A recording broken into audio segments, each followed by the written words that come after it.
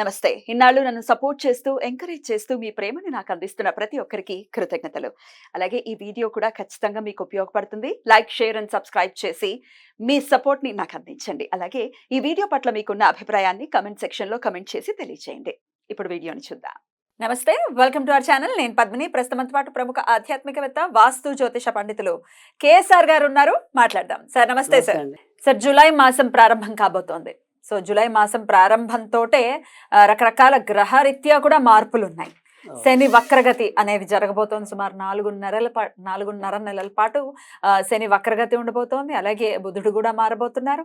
So ఇట్లా major గ్రహ మార్పు ఉంది కాబట్టి మరి జూలై మాసం ఎలా ఉండబోతోంది, ద్వాదశ రాశుల వాళ్ళకి ఎలాంటి జాగ్రత్తలు తీసుకోవాలి, వచ్చేటటువంటి మంచి ఫలితాలు ఏమిటి, ఇత్యాది విషయాలన్నీ ఒక్కసారి మీ ప్రొడిక్షన్స్ ద్వారా తెలుసుకోవాలనుకుంటున్నానండి. చెప్తారా? తప్పకుండా.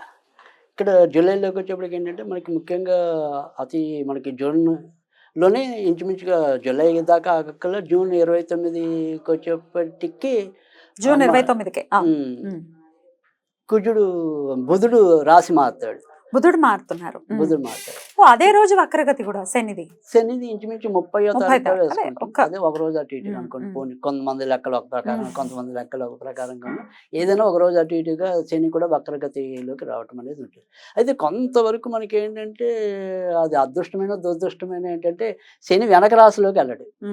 చూపు మాత్రమేనా అంటే నక్షత్రాల్లో దిగటం అనేది అయితే ఉంటుంది తప్ప పూర్తిగా మళ్ళీ వేరే రాశిలోకి వెళ్ళడు. కొన్నిసార్లు వేరే రాశిలోకి కూడా కింద రాశిలోకి వెళ్ళిపోవటం అనేది ఉంటుంది. కానీ ఇక్కడ మాత్రం ఎంత వక్రం ఉన్నా కూడా అదే రాశిలో ఉంటాడు. సో పూర్వభద్ర నుంచి శతభిష నక్షత్రం వరకే దిగుతాడు. సో ఇంకా అంతకు మించి మార్పు అయితే ఉండదు శని వరకు. అది తర్వాత ఇదే జూలైలో ఇంచుమించుగా 2వ వారానికి వచ్చేప్పటికి ఆల్మోస్ట్ ఆల్ మనకి కుజుడు మరి దీంట్లో వృషభంలోకి వచ్చేయటం, తర్వాత ఇదే కర్కాటకంలోకి మళ్ళీ రవి శుక్రుల యొక్క ప్రవేశం ఇవన్నీ ఉంటాయి. సో ఈ రకమైన ఏదైతే ఈ గ్రహస్థితి అనేది ఏదైతే ఉంటుందో అంటే రాశులతో పాటు ఇక్కడికి వచ్చేప్పటికి సామాజికంగా కూడా ఇబ్బంది ఏంటంటే కనుక యాక్చువల్గా ఇక్కడి నుంచి నెమ్మదిగా తొలి అడుగులు పడతాయి. ఏంటి ప్రభుత్వం ఎదుర్కొనే సమస్యలకి. ఇటు రాష్ట్రం అండి, రాష్ట్ర కేంద్రాల్లో రెండిట్లో కూడా ఒక తొలి బీజం అనేది పడుతుంది. అంటే భవిష్యత్తులో జరగబోయే కొన్ని ఏమంటారు వ్యతిరేక పరిణామాలకి స్టార్ట్గా ఒక అంకురార్పణ అనేది జరుగుతుంది.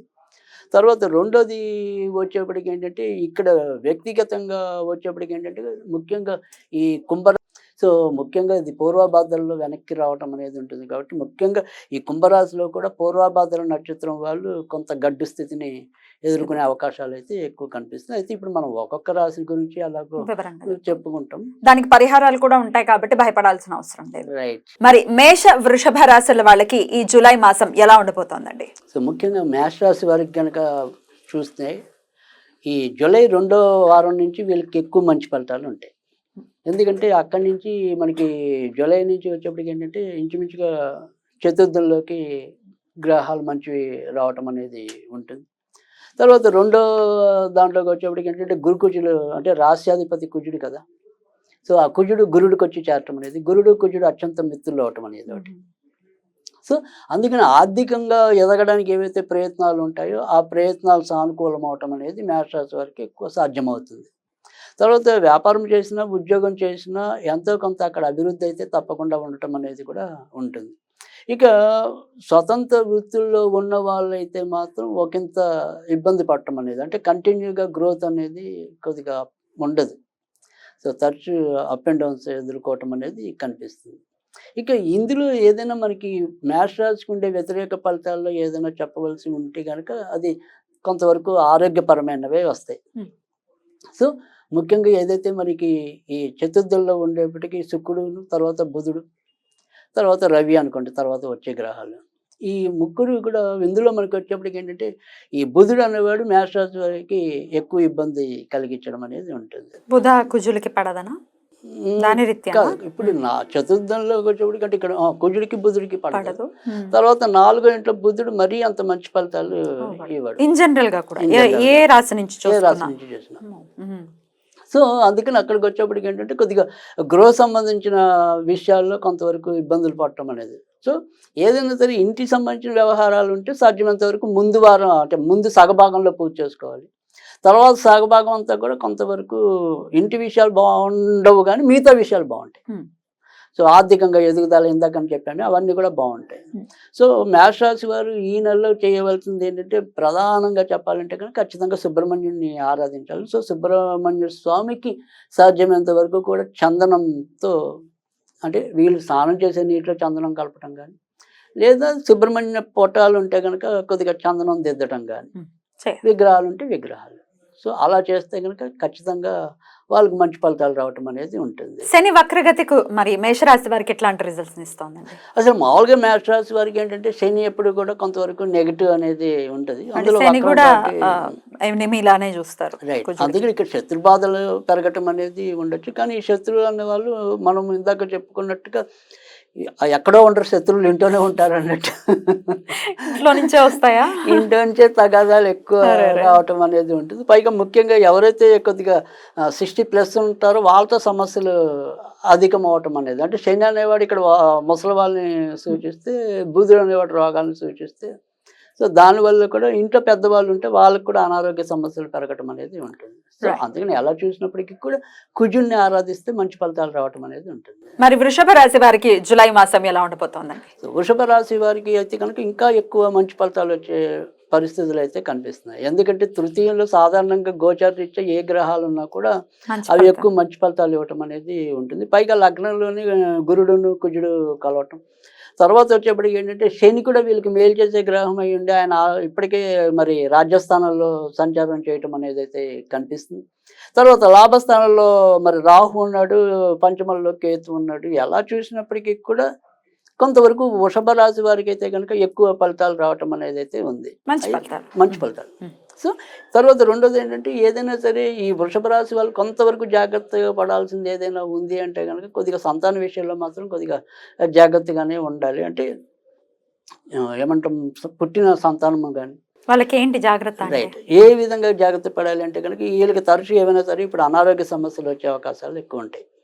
తర్వాత రెండోది ఏంటంటే కొత్తగా గర్భవతులైన వాళ్ళకి మొదట ఉండే ఈ 2-3 నెలలు ఈ గ్రహస్థితి అనేది ఒక 2 నెలల దాకా కొంతవరకు జాగ్రత్తగా, ఎందుకంటే లగ్నంలో అటు కుజుడు ఉండటం అనేది ఉంటుంది. తర్వాత రెండోది వచ్చేప్పటికి ఏంటంటే తర్వాత నెలలో అయినా కూడా మళ్ళీ చతుర్థంలోకి మిగతా గ్రహాలు రావటం అనేది ఉంటుంది. కాబట్టి అది అంత మంచి యోగం ఉండదు. సో ఇప్పటి నుంచి ఎవరైనా సరే కొత్తగా 3వ నెల 2వ నెల ఇలా ఉన్న వాళ్ళైతే కనుక కొంత వరకు ఈ జాగ్రత్తలు పాటించవలసి ఉంటుంది. కానీ మిగతా అన్ని విషయాలు అంటే సపోజ్ విదేశాలకు వెళ్ళాలనే కాంక్ష ఉంది, గత 2-3 అటెంప్ట్స్లో ఈ ఏదైతే వీసా రావట్లేదని బాధపడుతున్నారో వాళ్ళకి వీసా వచ్చే అవకాశాలు ఉన్నాయి.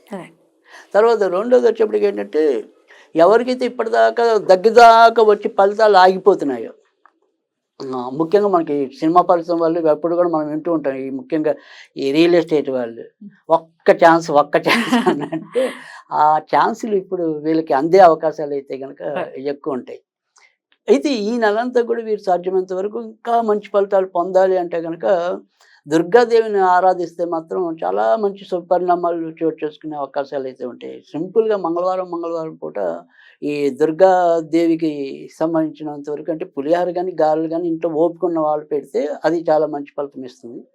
అలా కూడా చేయలేని వాళ్ళు ఏంటంటే ఏదైతే మంగళవారాలు ఉంటాయో ఈ నెలలో ఎన్ని మంగళవారాలు వస్తే అన్ని మంగళవారాలు వాళ్ళు స్నానం చేసే నీటిలో ఒక చెంచా కుంకుమ వేసి స్నానం చేస్తే కనుక తప్పకుండా మంచి ఫలితాలు రావటం అనేది ఉంటుంది.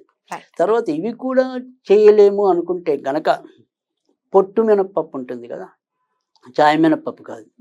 సో పొట్టు మినప్పప్పు ఏదైతే ఉంటుందో అది కొద్దిగా చిటికెడు నానవేసి ఈ మంగళవారం ఏదైనా చెట్టు లేదా మొక్క మొదల్లో అలా జల్లుతూ ఉంటే కనుక వారికి ఏవైతే ఆటంకాలు ఉన్నాయో ఆటంకాలు తొలగిపోవటం అనేది కూడా ఉంటుంది. కనుక అదొక్కటే సమస్య తప్ప అంటే ఏదైనా ఇందాక చెప్పినట్టు సంతానం కానీ ఇంకేమైనా చిన్న సమస్యలు ఉంటే ఆ సమస్యలన్నీ తీరుతాయి. బట్ అధిక భాగం అయితే ఖచ్చితంగా వృషభ రాశి వాళ్ళకి అయితే మేలే జరుగుతుంది. రైట్ అండి, అద్భుతం. వృషభ రాశి వారికి జూలై మాసం ఎలా ఉంటుంది అనేది చాలా అద్భుతంగా వివరించారు. ఇక నెక్స్ట్ ఎపిసోడ్ లో మిథున కర్కాటక రాశి వారి గురించి మాట్లాడుకుందాం. థ్యాంక్ యూ సో మచ్ అండి. నమస్తే.